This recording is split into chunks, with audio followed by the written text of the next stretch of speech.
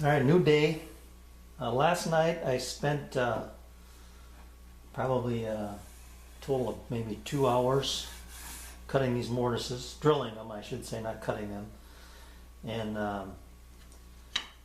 I'm not the world's greatest chisel holder, I guess, when it comes to that, as far as pairing these and keeping that straight. So I'm going to make myself a one-time jig here. All I'm going to do is I've got two cutoffs from after I made some rips with this maple. I don't even remember what it was from. Anyway, they're perfect. They're just a little thinner than what I need to pair off. So I'm going to put, and there's more to come off one side than the other, it looks like, but that's okay. So I'm gonna glue this here. These are drops from legs, so they're the same thickness, which will allow me to slip this thing over the leg and then use this inside piece as my chisel guide. So basically it's going to look like this. It's going to be a little bit of a sandwich here, like so, and I'll be able to clamp it to my leg. These will be glued on the inside here like that. So this will be over here, like so, and there. That'll give me my chisel guide. Okay, so the good news is I haven't cut my cheeks yet. So these can be, I can make these whatever size I need, which is why I always like to make my mortises first, because you can fit this to the hole. It's hard to fit to do it the other way around. So all I'm going to do is just glue this up, kind of quick here, clamp it, let it sit for a while, and then we'll come back and put it to work. So let me get some glue and we'll get started here. Well, the other thing I want to do is I want to make sure that this is parallel, or as even to the bottom as I can get, maybe up just a little bit. But I want these need to be parallel so that when they go to clamp on here, they end up meeting on this plane right here. So here we go.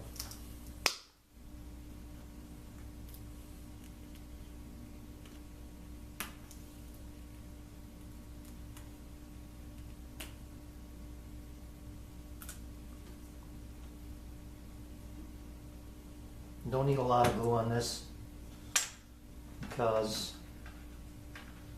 it's not going to be under that much stress. And a little lighter touch on the glue, it'll set up a little faster for you too.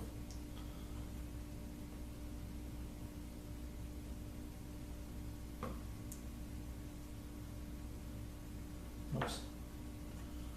Let's bring it down there.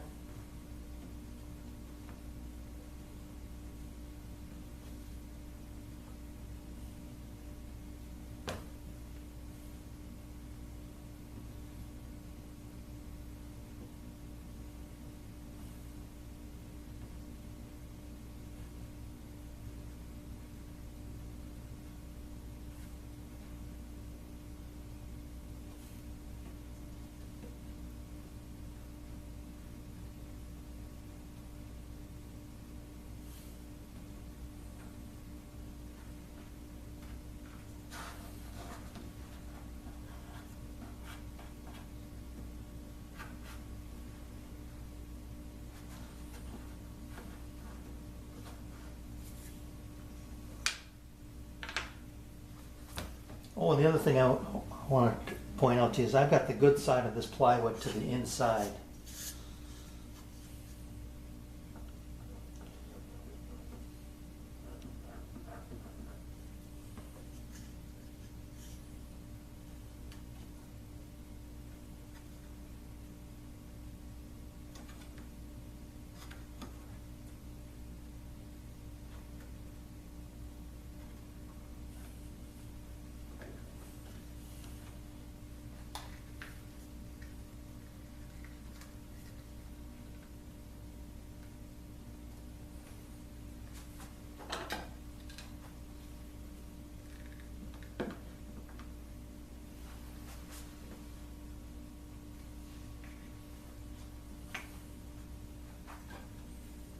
And this plywood had a little bit of a cup this way, so I'm going to use that to my advantage. If there is a little cup in here, it'll help grip to the plywood, or grip to the legs better.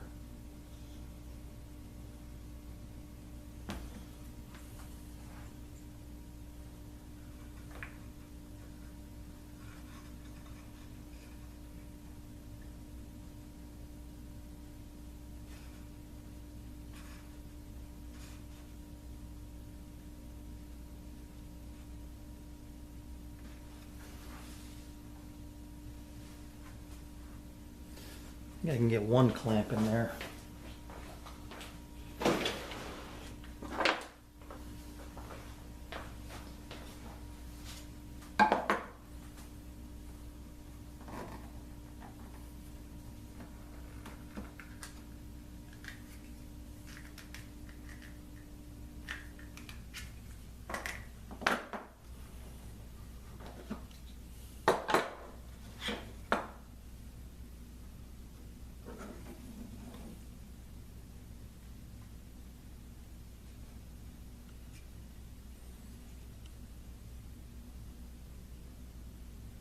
Okay.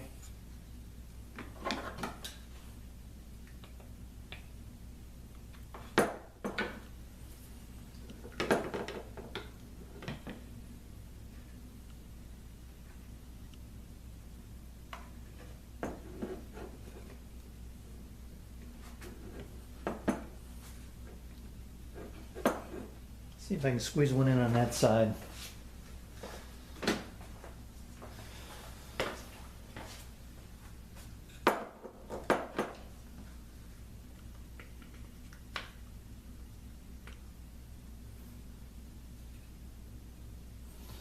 All right, there it is.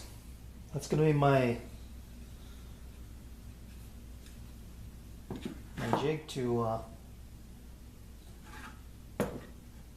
clean up these mortises. So I'm going to let that cook for 30 minutes or so. Then we'll come back and put it to use.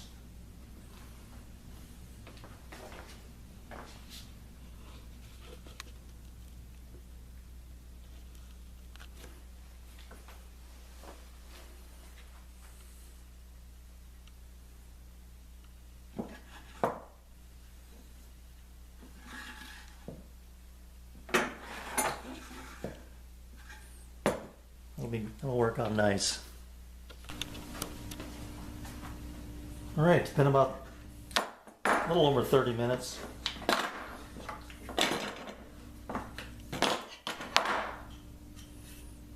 There she be.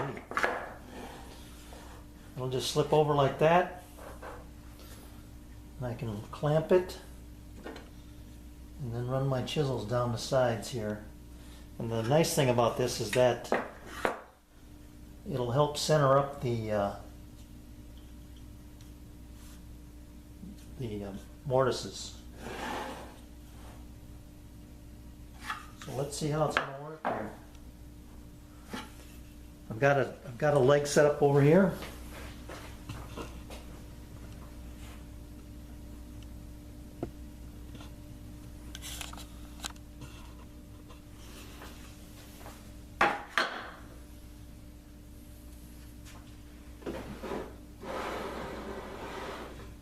Let's see. I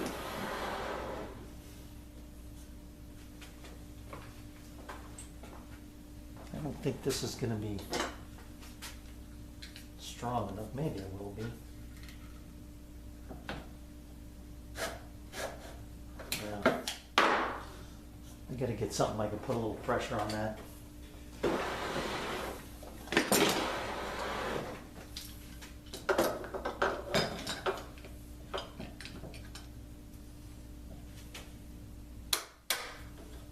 There we go.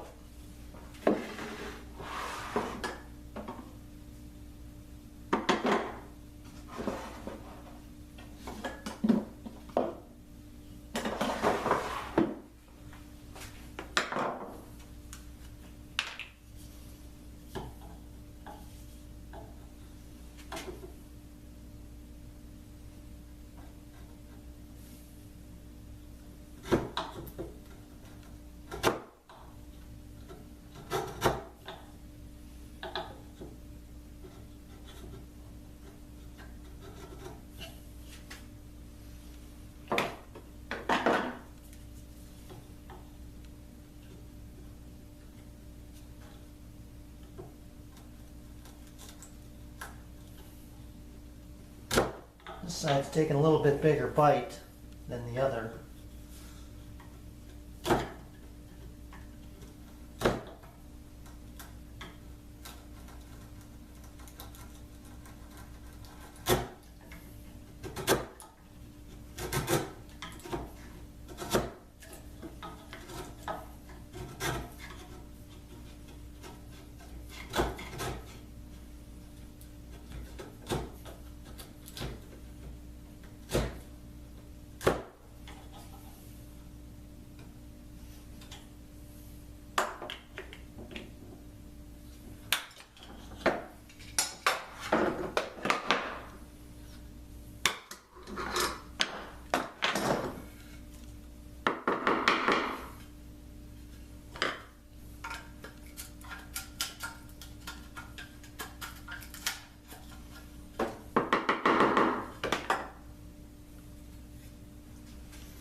Not too bad. Pretty quick work, actually. So that's acceptable, and I can slide this jig, and then I can square up these corners too a little bit, and I'll use a smaller chisel for that. But that's going to be nice because now I've got a centered tenon, and I can cut my centered mortise. Sorry, I can cut a centered tenon to fit the centered mortise. So let me keep working on this. I'll do this one. I'll clean it up. I'll show you what the end result looks like here when I get done. But you can see how that's going to help guide my chisel. And I put it back on there, it goes, it's perfect. So I'll be right back. Okay, there we go. I'm not going to worry about squaring up these corners just yet. I want to see how these mortise or the tenons are going to fit in there. But a few passes with my plane, and I removed all that burning, so that looks nice. So I just got 15 more to go. Actually 16 because I've got an extra. That was my extra. So I'll get this one lined up. I'll just continue the process and we'll keep moving forward.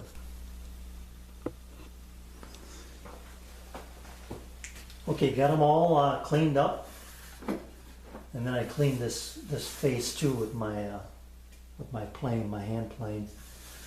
So those look good. Got rid of all the burn marks, saw marks.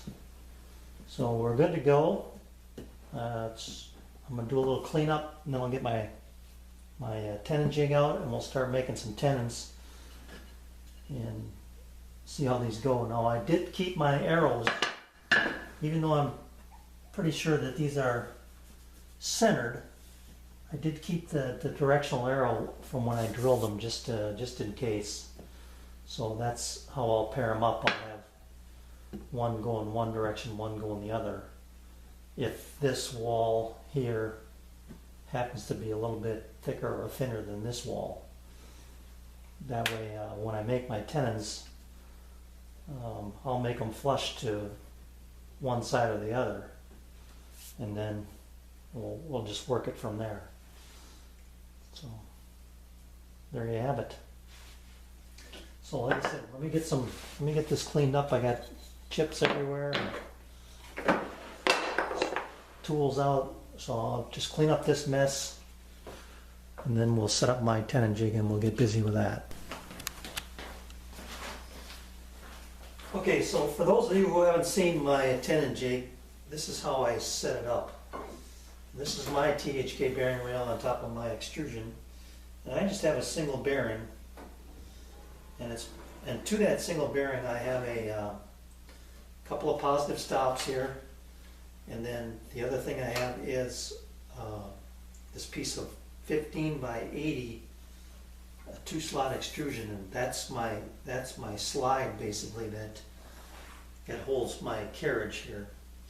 So this is my tenon jig, and yeah, it's a monster, but here's the thing about it. Let me locate this let me locate this T-nut in here.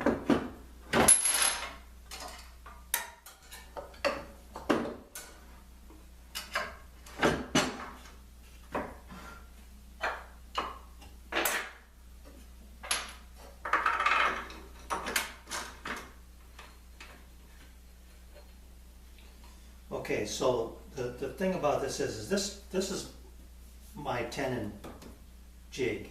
I mean, this is what holds my piece to cut my tenons. This back here is nothing more than just a fancy miter gauge, I guess, to make my cheek cuts after I make my, or to cut the cheeks off, I'm sorry, after I make my cheek cuts. So if I was making square tenons, I could make my cheek cut here, you know, to depth, and then I can bring it back here, and I've got a setup here where I can make a stop, and then run it over the blade with a second operation, and not have to remove this and set up my miter gauge to do that. So it helps me to kind of speed things up. The other thing it gives me is this thing out here. It gives me a little stability. It's kind of like an outrigger on a canoe, I guess. So I got a little wobble in it there, but that's just because of my fence. So basically, it's pretty stable, and all I'm doing is I'm only taking it that far right there to make that cut. So and then my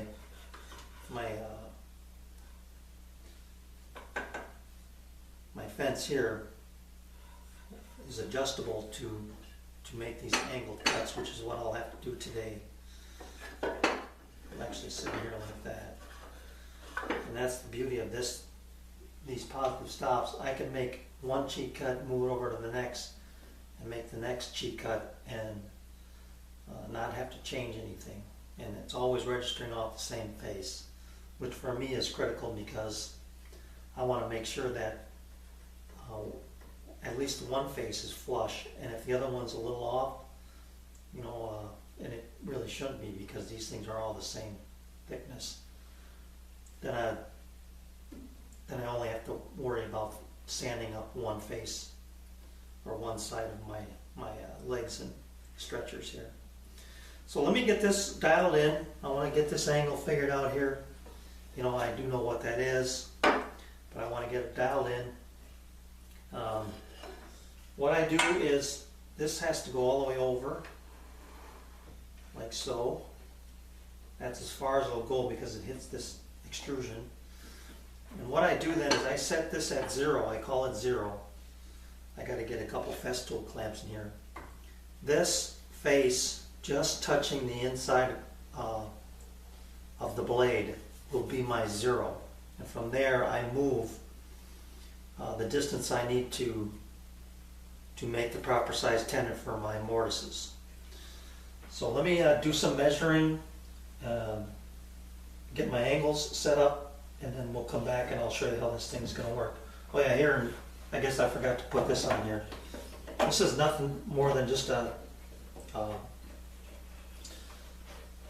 1-inch dial indicator that meets up with this block, and that gives me the ability to micro adjust this thing depending upon which way I need to go to make the cheek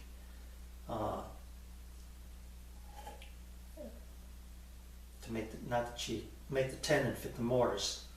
But if I need to take just a hair off of one side of it or the other, I can do that with this. And that's really nice actually, and that's what takes all the work out of it. Once I've got it set up, I can just start running them. So the thing is getting it dialed in, and that's what I'll do now.